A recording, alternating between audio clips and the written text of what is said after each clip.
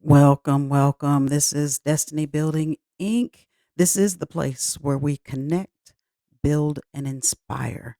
My name is Miss K, and I am your host as well as founder of Destiny Building. Destiny Building is a faith based life coaching um, mentorship. Shout out to Dr. Brandon Honeycutt from Living Affluent Counseling Services, my mentor, uh, my bishop, and as well as the the one that continues to pour into me to help me cultivate all of my experience in law enforcement and victim advocacy and make it relevant to ministry in and out of the church. So thank you, sir, for pouring into me and doing that. My Bible basis comes from Luke chapter 4, 18 and 19. And I think this is the thing that we've all been called for. As you know, this series and my focus for the moment is the impact that the immature, emotionally immature parent and leaders have on their circles of influence. And I want to remind us all what we're called to be in this day and age. If you're looking at the internet, if you're watching the news, if you have children and you're witnessing the damage that the steal, kill, and destroying tactics are having on families and children, I want you to know that this scripture, it's not just calling me, but it's calling you too. And this is in red where Jesus is saying, and he's reminding the Pharisees and the Sadducees and all of those people that have been performing in ministry for so long and hurting the people around them. Come on, for families that have been uh, dropping the ball, immature in their emotional mindset, selfish and self centered and prideful. He's come back to deal with those individuals. And this is what he tells them. He says, I have come back. This is the Spirit of the Lord that is upon me. It ain't me, it's a purpose and a calling in me. And I'm here and I've been appointed to bring back hope. Who am I bringing hope back to? Hope to the poor. Come on, hope to those that have been broken by life, the brokenhearted, freedom, new eyes, come on, a new vision to the blind, and to preach and to encourage the prisoners. And I want to tell you, it's not just the poor by money, it's the poor in spirit. It's the poor that have been oppressed for so long and stuck in cycles of systematic this, that, or the other that they can no longer see any signs of hope. Freedom to the brokenhearted, where life has broken them and they can no longer see hope. They are looking for it. You, the city that is sit upon a hill. God is calling you to be the hope to those individuals. Eyes to see. Come on. There are people that have been blinded by life that has given them such a hate and disdain, and it's feeding racism and hate.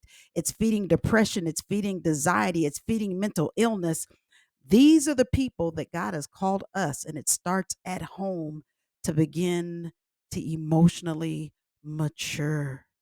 It's time to emotionally mature, parents.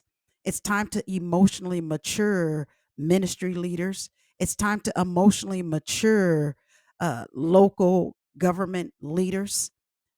Come on, federal leaders. It's time to mature so that we can be a hope to those that need us right now in this day and age. If there ever was a time, it's time right now. So join me on this journey as we tackle those issues.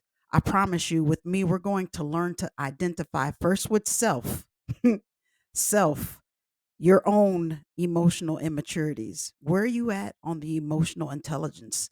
Are you socially aware? Are you self-aware? Can you self-manage? Or do you manage your relationships? Are they healthy? Are they toxic? Does that start at home or do you go out at work and church and perform it and come home and drop the ball? We're going to identify those things. We're going to talk about some strategies because if we're ever going to change the world, it's going to happen right there in our house and it's going to start with us first. This is Miss K with Destiny Building. I pray these seeds, word seeds of life, landed on good ground. I pray that it has inspired you because together we are better, and together we can make this world a better place and a place that our children and generations to come deserve. They deserve that. They deserve that. But we got to do it together and we got to be honest. Come on, we got to be honest. If you have an adult child that is in their healing process, no thanks to you or me. And I can speak that. I was the immature parent. And once I got saved and got my relationship with the Lord, and I understood my identity and whose I was, and she was already an adult, but she was on her own separate healing journey. And once she came back to me and began to express how this hurt, that hurt, this is how it made me feel, this is how it affected me, and I was able to take my pride off the table and humble myself and apologize, and we cried together, we laughed together, and we're closer now than ever, and she's even further in her healing journey and raising my grandson with some healthy mental health practices. She is breaking the cycle of immature parenting because I decided to join her on the journey. There's a pause there because I want you to think about that. I want you to think about how you're affecting and adding value to your child's mental health healing journey.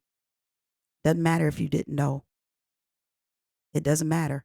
But what are you going to do now? What are you going to do now to add to their healing journey so that they can break the generational curses, so that they can break the access and the venues and not the venues, but the access and the cracks for the enemy to come in and to attack their mental health? Accountability. Let's talk about it. Let's get into it. Join me next time. All right. This Miss K with Destiny Building. See you soon.